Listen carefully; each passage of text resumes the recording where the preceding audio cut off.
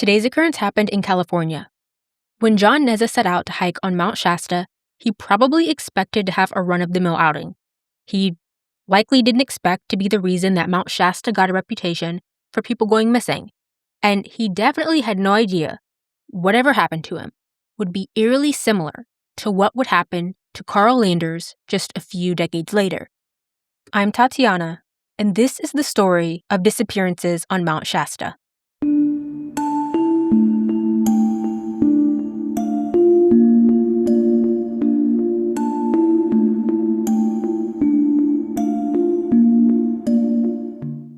John Nezza spent a good chunk of his life climbing. At 80 years old, he had summited Mount Shasta over 40 times. He was so used to climbing it that on July 17, 1965, he expected nothing more than what he usually experienced. He went out on the hike alone and felt so comfortable with whatever his plan was for the day that he left most of his gear at the Horse Camp Sierra Club cabin he was staying at. All he really brought with him was some fried chicken, whiskey, and wine. I've heard that isn't super strange since most people expect to summit and be back at Horse Camp in one day, and some will leave their stuff behind like that. Obviously, I don't suggest it, never know what can happen, but I digress. He never made it back to pick up his things. When people realized his items had been left there for way too long, a search was started. John was last seen at Helen Lake before he disappeared, without a trace. People would later report seeing buzzards circling above Helen Lake near the Red Banks area, and that there were 2 snowslides in that area too, but no remains or equipment were ever found. Red Banks is higher up on Shasta than Helen Lake, closer to the summit. As of recording this episode, John Nezza has never been found. He's likely presumed dead, and if he had died, it wouldn't be out of the ordinary per se. In a typical season on Mount Shasta, there are 1 to 3 climber deaths and dozens of rescues. But it's the way not a single clue as to where he went or what really happened to him has been discovered that keeps this case on people's minds, and why people always refer back to it when talking about this next disappearance. Mount Shasta and the surrounding area are part of Shasta Trinity National Forest in California.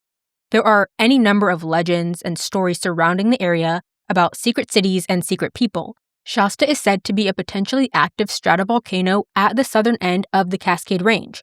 If the Cascades sound familiar, it's because they are a prominent feature of the calamity people have experienced in several episodes, including the 2 I've done on the Oregon Trail and the Donner Party, and the Wellington Avalanche that took out a train full of people in what is by far the most exhausting blizzard battle I've ever heard up to this point in my life.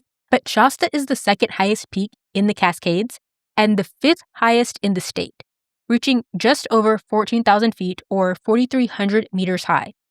The climbing season is primarily in the summer, and it runs from late April to October, and in the winter, it's usually used for backcountry skiing, but people do still hike and climb. Now, while John set out on his adventure alone, Carl Landers didn't. Hoping to conquer summiting Mount Shasta, 69-year-old Carl was joined by 2 close friends, 64-year-old Milton Gaines, who goes by Milt, and 60-year-old Barry Gilmore. And they weren't like inactive older people deciding one day to try and do something crazy. They were active, but they were said to be novice climbers. Carl, Milt, and Barry were members of a local fitness club for older people that wanted to stay active and build community with others, the Orinda Roadrunners. It's actually where they met. Over about a 10-year period, they had gone on around 25 hikes together as friends. Carl had experience as an outdoorsman, although he worked as a lab technician or in the air conditioning industry. Reports vary on that. But Carl was married to a woman named Bobby, a former mayor, and they had a son and 2 daughters. That said, there have been reports of Carl's outdoorsman experience consisting of him summiting 57 of the highest peaks in California, his goal being to summit the highest mountain in every county in California. There are like 58 in California, right? So Shasta was his last one, and not even the highest that he'd done, but this wouldn't be Carl's first time trying to summit Mount Shasta. It would actually be his second, having failed his first attempt at it. Given his goal-oriented and stubborn nature that he's described to have had, not successfully summiting Shasta the first time really bothered him. So he was more than determined to tick that accomplishment off his list. So, experienced hiker, but considered a novice climber. especially considering the group he was with. Altogether, their actual climbing experience ranked them among beginners. Several reports have said that they plan to start the climb on May 21st, but the sheriff's office listed this happening on the 25th of May, which I'll get into later. But regardless, the group hoped to be done within a day or two of starting their journey, up on Friday and down by Saturday evening. Carl hoped to tackle a few other locations while he was in the area, like Mount Eddy and another location after his friends went back home after their group Mount Shasta hike. The night before the Shasta hike, Carl spoke to his wife, Bobby, on the phone, and she actually hoped to talk him out of hiking alone at those other locations after Shasta. She didn't like when he would hike by himself. On May 21st, 1999, the group set out to start their climb on Mount Shasta from the motel they stayed at around 4 or 6 a.m. depending on reporting, and they documented their trip with a camera that they brought with them. They started their hike around 3 p.m. The huge time gap was from them doing some other activities around the base of the mountain before then. The route they plan to take is called Avalanche Gulch. It's one of the more popular climbing routes to take, and one way to get to it is to drive a bit up Mount Shasta to get to Bunny Flat. Bunny Flat is a trailhead with a parking lot that people typically park their cars at while they go do whatever they have planned nearby. In photos of the trio parking the car at Bunny Flats, you can see snow in the grass in the background and Carl in a brightly colored purple jacket that had reddish colored sleeves. It was actually Bobby's jacket. She told him to use it when he complained about the quality of his own. But from there, you can take the Horse Camp Trail up to Horse Camp, where the Sierra Club cabin is located. This is the one John Nezza stayed in during his last known hike, and the cabin is like a one-room structure with a gray stone-covered exterior. Apparently, you can't stay in it, but you can camp around it. No surprise. Like I said, it's small, it's maintained by the Sierra Club, and the bathroom is a separate compost-based structure.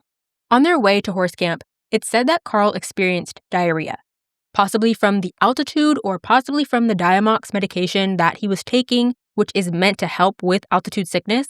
But I guess it can also give you similar symptoms to altitude sickness as well, which honestly sounds par for the course, like how a side effect for many medications for things like depression or chronic health conditions, whatever they're trying to treat, is the exact same possible side effects for the medication they give you to help with those. But Carl's tummy troubles caused the group to have to stop a few times on their way to Horse Camp. So Carl could relieve himself, and while Milt and Barry know that Carl is a slow walker, this trip seemed to have him walking even slower than normal. And I guess he seemed off enough that Carl's friends offered to carry his backpack for him. Carl's pack held food and water to sustain him for the trip, and it only weighed about 15 pounds. Typically, that kind of offer would have Carl rejecting the help. That's just the kind of guy he was. He didn't like taking help from others. But this time, he agreed to let someone take his bag, which was obviously super out of character for Carl to do, but they just did it and moved on.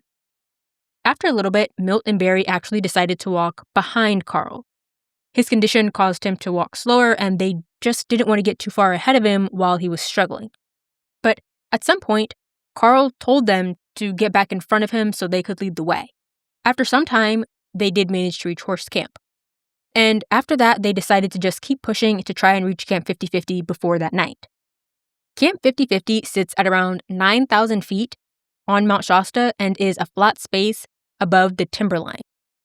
The timberline is where the forest and trees stop growing in mass.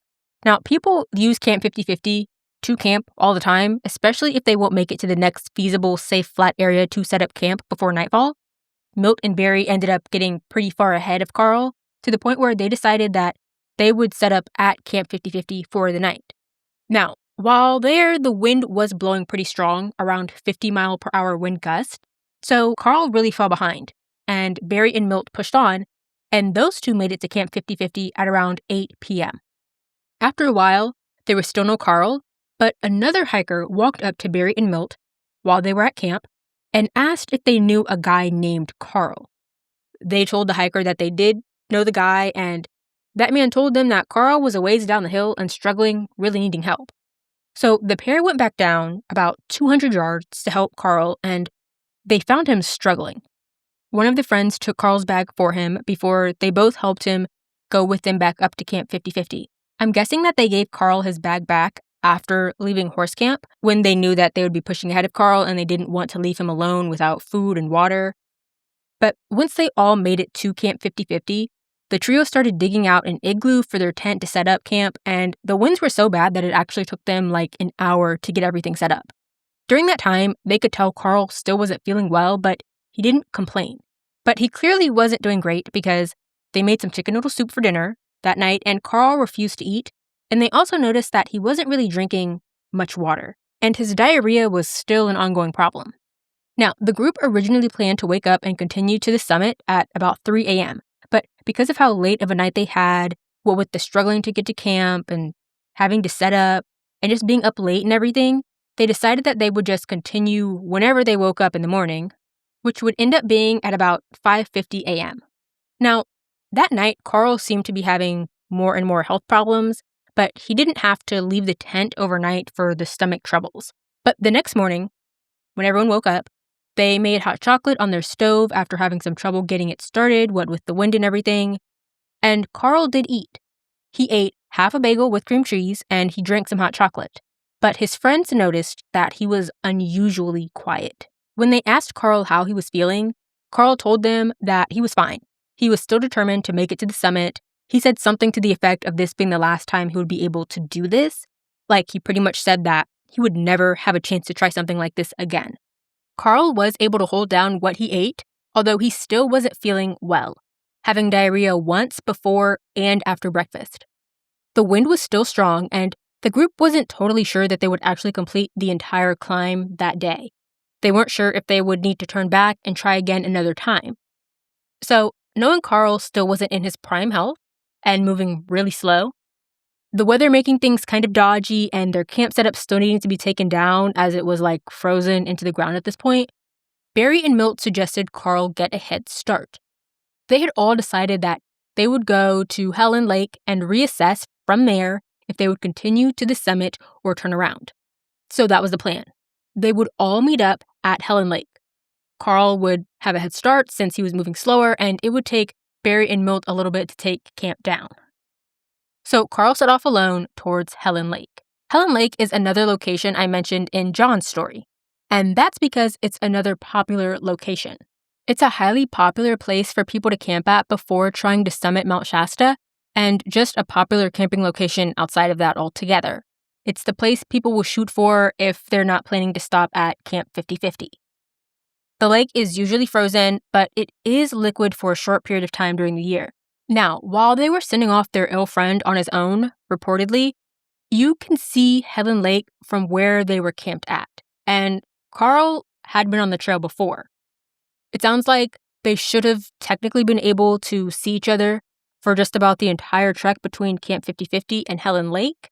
So Carl left their camp sometime around 9 a.m. after silently watching his two friends pack up camp.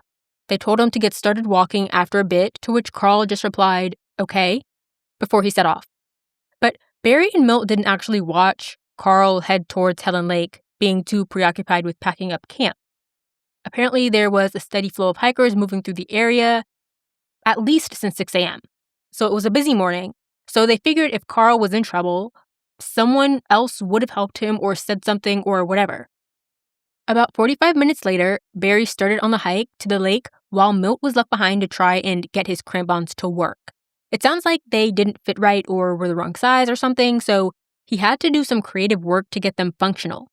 I've explained a few times before, but crampons are metal spikes that you can attach to the soles of your shoes or boots, so you have traction when walking on ice or packed snow.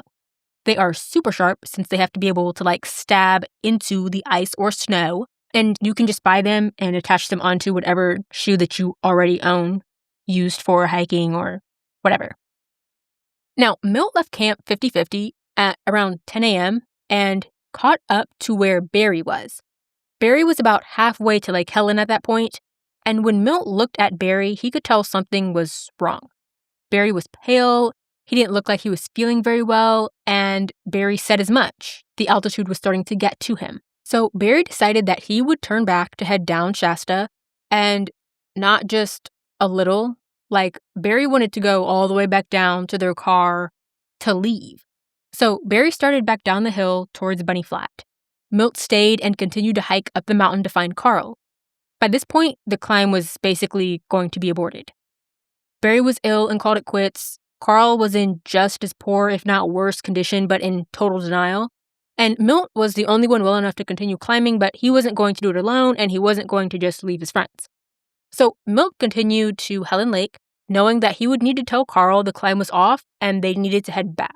When he made it to Helen Lake, there were plenty of people there camped out or just moving through the area, but there was no Carl. Not seeing Carl anywhere, Milt went to a ranger at the lake and asked him if he had seen someone matching Carl's description. The ranger, named Paul, said that he had seen someone like that come by and that the guy had actually asked him which was the best way to continue to the summit. Paul showed Milt the different routes that he told the guy about and mentioned that he discouraged the guy believed to be Carl from taking the harder routes. He pointed out the easiest route to the top of the mountain. And that was really the extent of their interaction. Paul didn't watch to see which route the guy they thought was Carl actually took. After looking at the routes Carl could have taken, Milt could see one single person hiking on the harder trail and about 20 people taking the easier route. The person walking on the harder trail looked like it could be Carl. The walking pattern kind of made it seem that way. Whoever it was would only take about 5 steps, then stop, walk another 5 steps, then stop, walk 5 more, and then sit and rest before doing that all over again. And that was a similar pattern to what Carl had been doing up to that point, with him struggling with the altitude or the medication he took or what have you.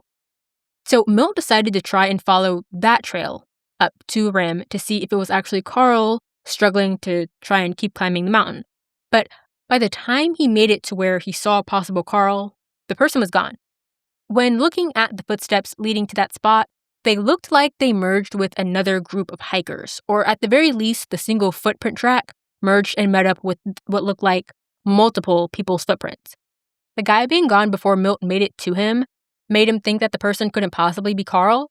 They would have been moving way too fast for what Carl had been doing up to that point, so he decided to turn back and head down the mountain. When Milt made it to Camp 50-50 again, he ran into a group of climbers and he kind of asked for their thoughts on the situation. He bounced around what he should do, and they told him that he should call the sheriff's office to get a rescue team out there.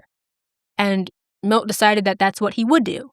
But before calling for a rescue team, he left a tent, food, and a sleeping bag at their campsite in case Carl decided to come back down while Milt was gone.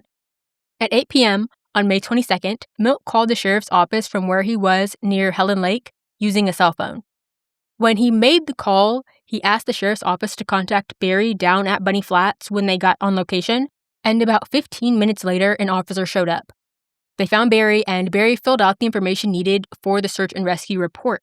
An airport nearby called the Weed Airport turned into like a base of operations for shipping in and out equipment and people needed for the search.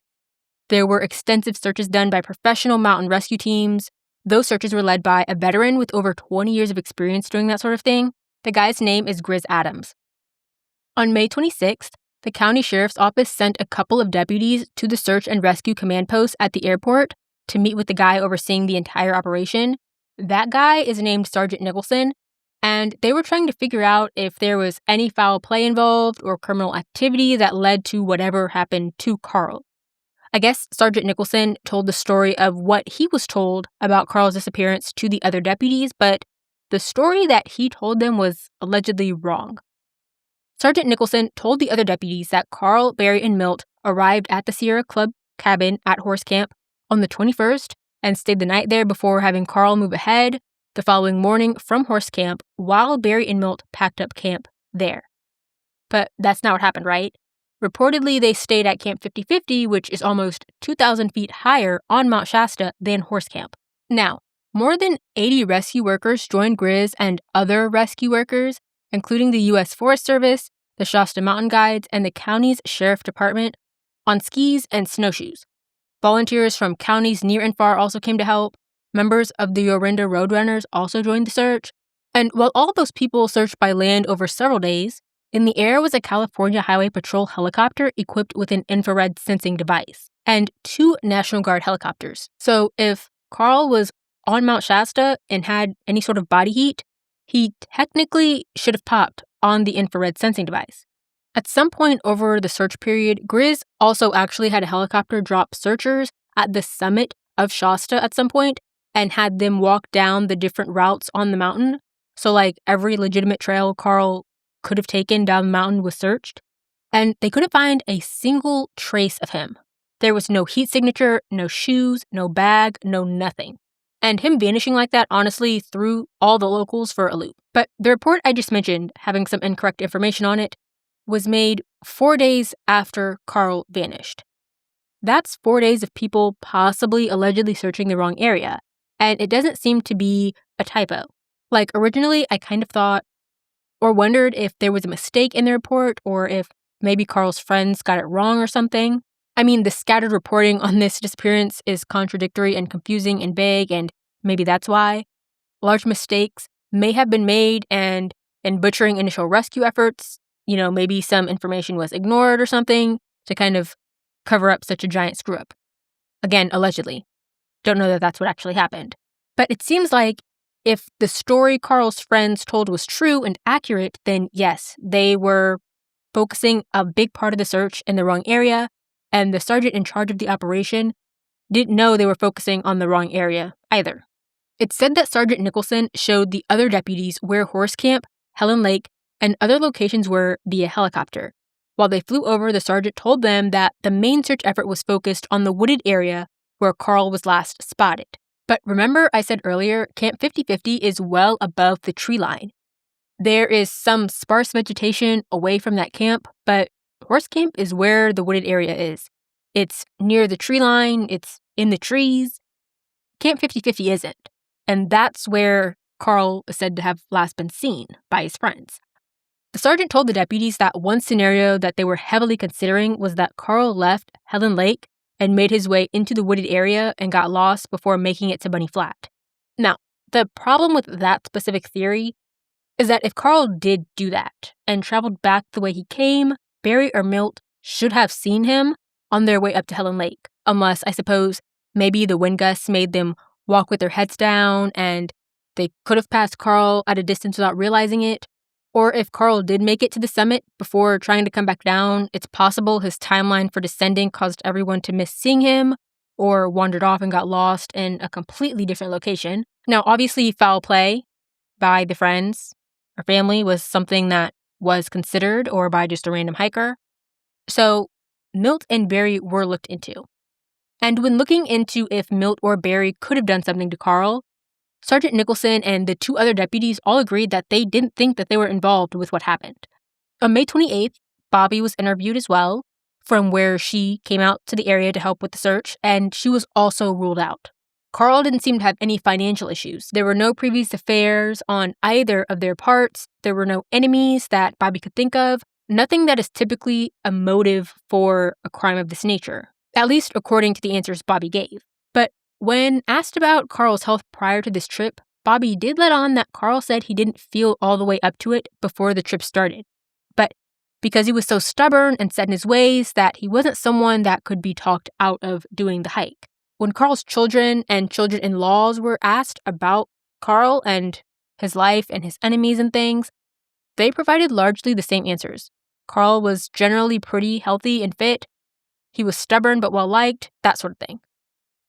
The following day, Barry and Milt were asked about the details of the hike and what they knew of Carl's personal life. Again, similar answers, no money problems, no affairs, stubborn but well-liked. But they did give a bit more detail. They said that Carl's stubbornness could escalate into verbal arguments and caused issues, but it never turned physical, even though Carl would lose control for a bit when he was upset enough. And another topic was brought up too. Why Milt hesitated to call for search and rescue. Which, yes, because why did he need to get confirmation from random people that calling for help was the next best move? Well, it turns out that 2 years prior to this incident, Carl was hiking with people in another county, and they walked ahead of Carl. Whoever he was with just wanted to move faster. Again, it sounds like he was just kind of a slow hiker to begin with, and then him being sick just made it 10 times worse. But whoever he was with, the names and locations are redacted in this particular report, by the way, but whoever Carl was with told him not to get off the trail. He was told to stay on the trail and that they would meet up at the top or on the way down. He said that they were supposed to meet Carl at the car, but when they got back, they didn't see Carl. No one had seen Carl at the top or on the trail, and that caused them to call for search and rescue. But while search and rescue were gearing up, Carl showed up, hot and dehydrated, and he was put into a dehydration tank, which seems like it made him really mad. So that previous incident seemed to make Milt hesitate to call for help. Maybe Carl was fine and would show up soon. Maybe he was just moving much slower than he usually did. He just didn't want to make a fuss, and it ended up not being really needed, I guess. But Milt and Barry also didn't think that anyone else could have hurt or attacked Carl, saying that the area was just way too open where he went missing and that there were just way too many people on Shasta at the time for no one to have seen anything if he was attacked by an opportunist. On May 30th, a week after Carl went missing, they still had hope that he would be found alive. There had been several thunderstorms a few days before, which meant rain, so he would have water if he needed it. Plus, with all of the snow, he had a way to keep hydrated. Eventually, the search for Carl went further than just the trail he was supposed to be on. They looked at Cascade Gulch, McBride Springs, and Sand Flat, all on Shasta and up to 10 or so miles away from Horse Camp, and all of those were below the tree line. By June 1st, there had still been no sign of Carl. Chris Adams said that everyone has been surprised by how large of a search effort they put together and how it managed to turn up absolutely nothing. They still hadn't found a single clue pointing to what happened to Carl. To be clear, they had found a ridiculous amount of water bottles, gloves, skis, ski poles, helmets, etc., but none of it belonged to Carl. They hadn't found a single item of Carl's. No hint, no clue, no sign that he was even on the mountain, basically. On June 3rd, 1999, the search for Carl ended up being suspended. The sheriff's office felt like they searched everywhere they could think of, and they didn't know where else they could possibly look. They actually did several more searches after that periodically, but in early November of 2000, Carl's case was put on inactive disposition. To this day, there have been no clues as to what happened to Carl, even though we sort of realistically know what happened. Now, this story is originally a missing 411 story, which, according to the website, are stories where author and investigator David Paulides explores cases where traditional search and rescue efforts, forensic analysis, and law enforcement explanations fall short, often leaving families and communities without answers. Their goal is to offer support for those seeking answers while challenging conventional explanations for these disappearances. Missing 411 stories usually end up with many readers thinking some supernatural-esque or spooky reason is behind the national park disappearances. So, not only what happened to Carl, but also to John Nezza too, because both of these men disappeared from a very open area of the mountain and they left no trace. Now, people die or go missing and are found on Mount Shasta several times a year, but if they die, it's usually from tripping and falling or a health-related issue or something of that nature. Regardless, they're found. What happened is known. In the summer, the rocks are loose and fall or give way while people are on them. In the winter, Shasta is icy and slick. It's not like Mount Everest, where there are an untold number of crevasses for people to fall into and never be seen again. There are gulches, but they aren't so deep that you'll never be found. And there aren't many. Now, while it's not totally clear where John Nezza vanished at, where Carl should have been was very open.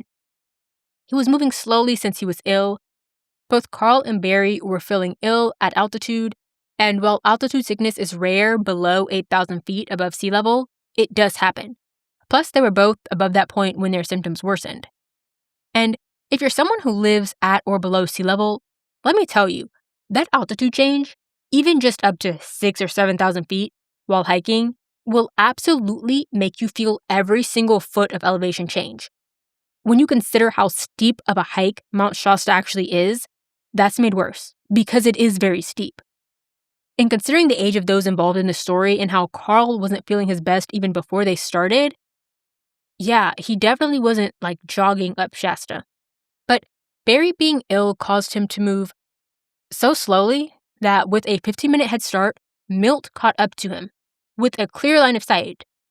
So how far could Carl have realistically gotten when he was doing worse than what he was the night before, I would assume, and they literally left him in the dust to make it to Camp 50/50. Like, to explain this and the trail and the way Mount Shasta is set up, or at least this trail is set up, the trail from Bunny Flats, the parking lot, to Horse Camp is like a steeper version of the average nature hike. The actual trail is a narrow, cleared path of dirt and rocks surrounded by trees. There are some parts that are straight stone, like you're walking on rocks big and small, not a section of cleared plain dirt in sight. And then after the cabin, it's almost all stone until you get to Camp 50/50. It's not a beginner's hike, and don't have weak ankles. They're rolling on all the stones and gravel, especially after you've left Horse Camp. There's so much rock that after Horse Camp and before Camp 50/50 that you can easily wander off the trail without realizing it. And actually, honestly, even before Horse Camp, you can easily wander off, especially with snow. For my people that haven't been hiking on a mountain or in a national park, in the national forest, it's not like when you're in a city and you live in a city and you go, I'm going to go on a hike or I'm going to go on a walk in the city because I'm in a city where we have a lot of nature trails, but most of the time people say they're going on a hike. It's like the paved ground through trees. So it's not like that. It's not like you're hiking through paved ground with some trees around you. This isn't that. You can easily get lost because here in these national parks, it's almost untouched nature, right? You're pretty much just walking through a forest, steeply going up. You're on the side of a mountain. You're walking through a forest on the side of a mountain. And there are signs every few miles to try and guide people in the right direction and keep them on track. But between those signs, you can easily wander the wrong way, very easily get off trail, think you're still on the trail because you can't tell really what the trail is, where it's at. Because again, it's not paved. It's just like they kind of cleared the ground a bit so you can have an idea. And then obviously people walking on these trails repeatedly over and over again helps to kind of wear the ground in. But it's not like you're directed on where to go. It's not like a city hike for those who live in a city and have hiking trails. It's not that at all. You can easily get lost. And don't let it be snowy and you try to follow the trail or footprints of other people. You could end up following someone else's track who lost their way or people familiar with the area that went off trail for whatever other reason, even though you're not supposed to go off trail and there are signs telling you to stay on the trail. But even without snow, people easily lose the trail and get lost. With snow, it's so much harder to keep to the trail if a bunch of people haven't been through the area already to kind of clear the way. And again, if people are just following the wrong person, going through the trail, following their footprints, everybody's lost. Everybody's off trail and doesn't even realize it. Pictures and footage of everything I'm talking about will be up on the podcast socials for those who can't see what I'm talking about. All that's linked in the show notes. But after the cabin at Horse Camp, it's incredibly steep and the rocks are loose. You're just walking on sharp stones, covering the ground like pebbles in all shapes and sizes. Like you step wrong and you're falling down the mountain. Those deaths I mentioned earlier, yeah. After seeing the area with my own eyes, I can absolutely understand why people fall and just die on Mount Shasta several times a year. Like if you fall, there's nothing stopping you but the ground at the bottom when you hit it. And I don't mean to be insensitive, but unless you're experienced with difficult hikes, have a personal locating device, and are with people, don't do it. And trying to picture Carl feeling ill and walking up this steep, rocky, and unstable area is really mind-boggling. Like, the hike from Horse Camp to Camp 50/50 is straight rocks. There is no open, clear dirt path, and it's all gray. It's all gray and rocky. I mean, I don't even know. Because it's not just like a little path of rocks to get through. It's rocks everywhere, the entire way. And it's steep. And it's not like the rocks are put into the ground like a stone path. It's just loose rocks. So if you step on it wrong and you slip, it's over. And if this was the area he was lost in, it doesn't quite make sense. Like, if that report was correct, the area from Horse Camp to 50/50 is steep and rocks are everywhere and it's very difficult, but it's incredibly open. A very wide open space with high ridges on either side. And it was snowy when this happened, which obviously makes the slipping chances a bit more sketchy. But Carl's bright colored jacket should have been spotted if he happened to fall or something in the snow. If he did fall in the snow or get caught in a snowslide when the snow melted, he should have been spotted like nearly everyone else that's happened to there. There's no crevasses or holes really anywhere in that area for him to have fallen inside of. Now, is it possible that he was so delirious and determined that he could have climbed the incredibly steep ridges on either side of that section between Horse Camp and 50/50 if that's where he got lost at? Technically, yes. I mean, anything is possible. Now, is it at all likely or probable? No. Given the terrain in the area, I mean, it's possible that Carl ended up turning back. Or maybe he was just so out of it or had a come to Jesus moment where he was able to remove the goal blinders and somehow when Barry and Milt were packing up at 50/50, instead of continuing up to Helen Lake, Carl actually headed down and those two just didn't realize it because they were preoccupied. But if he fell in the places that people usually fall on the trail, then he should have been found. Or at least you would think so. To this day, over 2 decades later, at the time of this recording, Carl is still missing. And there are no leads and no clues as to where he ended up. Not a thing of his belongings have been found to this day. I mean, I get why this case boggles people's minds, because literally, where did he go? He's somewhere on the mountain, you would think, but where? If the searchers found any stray shoe track, it wasn't reported that I could find, and you would hope that any and all tracks that may have veered off at any part of Carl's believed path would have been investigated. But in the immediate days and weeks following Carl's disappearance, Grizz Adams actually believed that Carl may have become disoriented and wandered off of the regular trail. So the theories I have are that if the ranger did in fact speak to Carl and he was never actually able to confirm if it was Carl that he spoke to, but if that was the case, then it's possible that Carl got mixed up and took the difficult path instead of the easier one. Yes, he was supposed to wait for his friends at the lake. And that's a point I always see brought up with this case. Why didn't he wait? Because the agreement was for them to all meet up at the lake. So he should have been there. He shouldn't have tried to keep going at all. But given his personality and his stubborn nature that we know about him, considering the fact that the friends talked about maybe not finishing this hike, even though we know that Carl had said he was worried this would be his last chance to get to do it, and he was really upset that he wasn't able to finish it last time, it's possible he just decided to keep going because maybe he figured if he waited too long, he wouldn't feel up to trying to continue, or maybe he knew his friends would stop him if he was getting worse.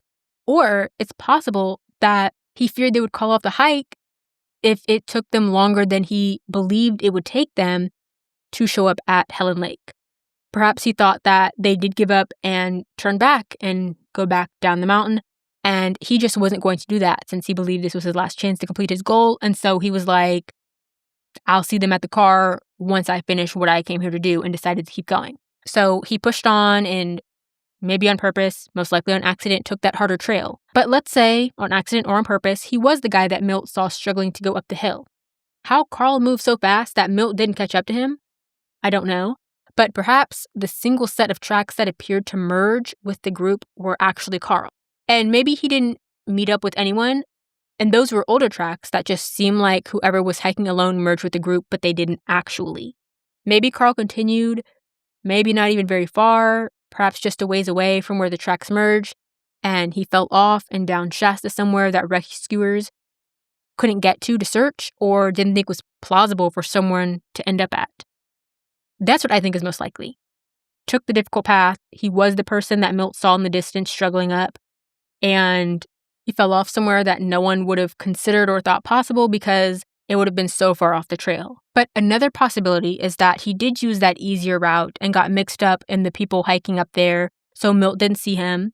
And it's possible he could have wandered off or even somehow summited and got into trouble on the way down and again fell somewhere that no one thought possible. I know it's said that someone would have noticed something given how populated the mountain was at that time, but people don't pay attention nearly as much as you think they do. Especially if it's windy, there's ice on the ground, and they're trying not to fall down the mountains themselves. And now that I think about it, I doubt it's actually all that easy to see people in the snow or see other people and what's going on with them if they're too far away from you if the snow is being kicked up by the strong wind gusts that were reportedly happening at that time. Another thing that I considered but is less likely is that he did just decide to go down while his friends were packing up and no one realized it. I mean, the idea he even made it to the lake is based on the shaky, not confirmation of a ranger. If he went down, maybe he got so mixed up he wandered off the trail somewhere no one would have thought possible or considered it as being something Carl could or would do with sound mind and in good health, but he wasn't in the best of health. He was a stubbornly determined person who was undoubtedly dehydrated, which warps thinking beyond belief, on top of possibly being altitude sick, and he could have done something completely improbable. I mean, the human mind and body are capable of what seems like impossible feats, and that sometimes becomes accessible when we are not in our right mind. It's not my favorite theory, but I've heard of some even crazier stories. I mean, think about elderly people with dementia who somehow cover an insane distance when they go under a wandering spell. They're found miles and miles away, sometimes in different cities or different states, barefoot in freezing temperatures. They walk the whole way. I mean, crazier things have happened. Another one that I saw as a theory was that maybe Carl went off the trail to use the restroom, but he triggered a rock slide large enough to bury him, but small enough not to be noticed. But it was snowy when he went missing, so that is unlikely. One thing I think might have merit is that there was a hole or something covered with rock or leaves or brush that he fell into, but isn't something that you can see or know is there until you fall through it, which happens to people in the woods all the time. Grizz himself said that he actually hasn't developed any theories as of a few years ago when he was asked about what happened, but that some people just go missing and are never found. He, like many, have been waiting for Carl's equipment to be found, but nothing has ever been found that's linked to Carl. Personally, Grizz doesn't think about Carl being on the mountain. He likes to hope that Carl is in the Bahamas sipping pina coladas. And although he may have been being facetious or just thinking about how the family feels when he said that, as I mentioned, this is a missing 411 story, so a lot of the theories around this and what happened to Carl are about aliens and portals and Lemurians, something taking Carl, etc. And while I know that there are definitely things out there that we haven't discovered yet and are probably responsible for lots of things we have yet to piece together, I just don't think that this case is one of them. I mean, it's entirely possible that the explanation is just that Carl got off the trail. And he went so far off the trail that no one has been that far off the trail since to be able to find him, because obviously people are not in the business of wanting to end up lost, missing, or dead on these hikes. So that's just an entirely possible possibility. Now, when doing any activity, especially hiking, climbing, swimming, know your limits. I was an athlete my entire life. I get the ignore whatever's wrong in the pursuit of a goal drive like no other. But we have to know when enough is enough. You have to know when to stop. I can easily picture hiking, not feeling well, up at altitude, seeing your goal in the distance and being like, I can push through it, I can do it, I don't want to have to turn back now, I've put all this work in, and continuing. But you have to know when to turn around and stop. Everyone that these types of things have happened to, in every story I have told so far, and I'm sure every story that I will ever tell, have all thought that these things would not happen to them. Every single person, I can guarantee it. Do not leave people ahead or behind when out and about, especially out in nature. Don't split up a group that is already very small. Don't leave the weakest person in the group on their own. Let people know your exact plans and stick to them. At the very least, if Carl was that driven, and again, I'm sure his friends are probably like tiptoeing around trying to stop, given his personality, you know how it is. But if Carl was that driven, then at the very least, if he was going to continue on, he should have at least told the ranger where he was going if he spoke to them, or even a group of hikers, that he was supposed to meet people that may come looking for him, but he decided to continue climbing or go back down or what have you. I mean, he told the hiker the night before to let his friends know that he was in trouble and needed help, or maybe he was just so bad off that the hiker noticed and asked what he could do to help him. I mean, who knows? But besides that, keeping a personal locating device that is operable even outside of cell tower range, because you cannot call 911 from anywhere. Always have that on you when out in nature like this. And always, always, always remember, it doesn't matter how badly you want to do or accomplish something if you don't live long enough to actually accomplish or enjoy it. Let me know your theories, or if you've been to Mount Shasta and have a different point of view. Let me know in the reviews or comments. Stay safe, and I'll be back next Thursday. All sources can be found at occurrencepod.com, which is linked in the show notes, along with any other relevant information.